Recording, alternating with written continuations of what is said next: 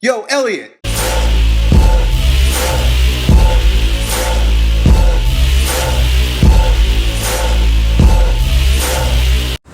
So our buddy Yeah Mate from Australia, he's having some low back and hip issues. Now he goes on to, which is preventing him from becoming the strongest version of himself, which basically means he can't deadlift, he can't squat, he can't do the things, the exercises that are associated with growing stronger. So what the fuck does he do?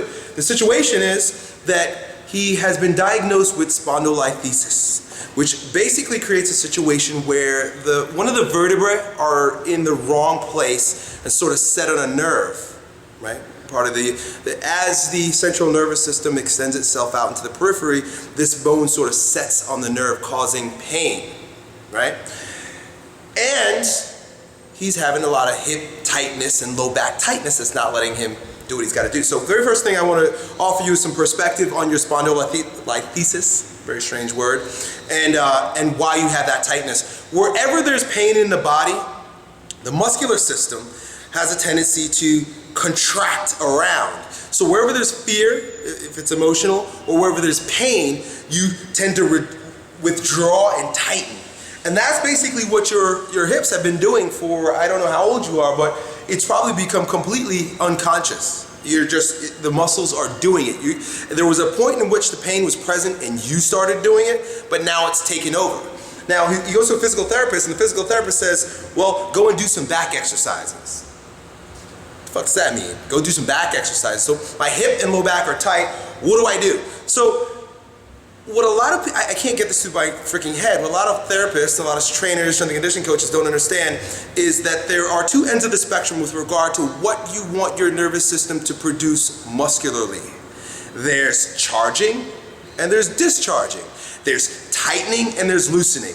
There's strengthening and there's stretching. I mean, those are the two ends of the spectrum. That's it. So when somebody says go do exercise, it's like, well, what the fuck do you mean? Because exercise is medicine. Which end of the spectrum are you talking about? Do you want me to loosen or do you want me to tighten? When you say exercise to this kid, he basically figures, okay, I need to go do some exercises that continue to strengthen or tighten those muscles. Meanwhile, he's tight as fuck, right?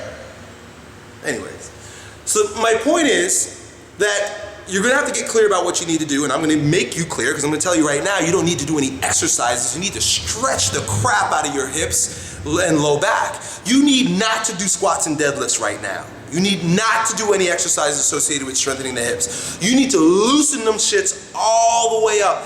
And the problem is that the hips are a very complex joint. I mean, you've got the hip flexors that cross over it, you've got the hamstrings that tie up into it, you've got the low back that extends out of it, you've got the abdominal wall that ties into it. You've got a lot of stuff going on there. So you're gonna have to spend a lot of time opening up those muscles and breathing deep into them, right? This is the essence of breathing into your balls, right?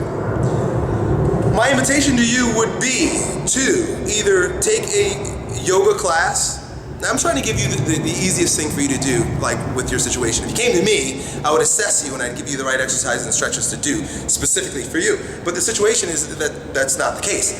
Go find a yoga class. I've been doing yoga for a couple months now, and all they do, there's one class that I take at the school that's all hip stretches. And these are like the weirdest type of hip stretches I've ever done. You're like crossing your leg and then twisting and reaching. I'm hitting all types of muscles and loosening up all types of muscles. I'm here cracking and popping in there that I didn't even know existed. And mind you, I stretch more than most people. I stretch quite a bit. But because of the particular positions that you're going to get in when you start practicing yoga, and I'm not talking about just the the yoga where you're going up and down and holding yourself. I'm talking about specifically like rehabilitative yoga. Get a DVD. I'm sure you can find one. Maybe I'll make one. But if you search Google for rehabilitative yoga videos, you'll find one, and you'll know that they're doing it because they're sitting in a cross-like position, which is ultimately impossible, totally impossible for a lot of people. But you know that they're getting you there when you see them sitting in that position, and then they're reaching out, they're twisting, doing a lot of shit to loosen up the low back and the hips. You've got to think yin. You've got to think soft. You've got to think water, right? You can't think, I'm going to beat this thing. I'm going to strengthen it. I'm going to attack it. You've got to yield to it. When you want your nervous system to release its hold on a particular set of muscles, you've got to almost treat it like a chick you're trying to bone, right? You got to date it for a little while. You got to kind of coax it, be nice to it, breathe softly into it, right? Maybe have a drink or two. Anyway, so the point is you've got to completely relax what's going on there in your hips. Dude, if you can do this, and I know you can, and if you focus and concentrate and you dedicate at least a year before even thinking about doing deadlifts or anything like that, a year to opening up your hips, you're gonna be a brand new person.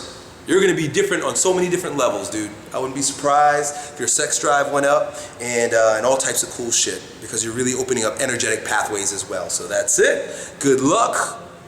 Talk to you next time. Yo, Elliot.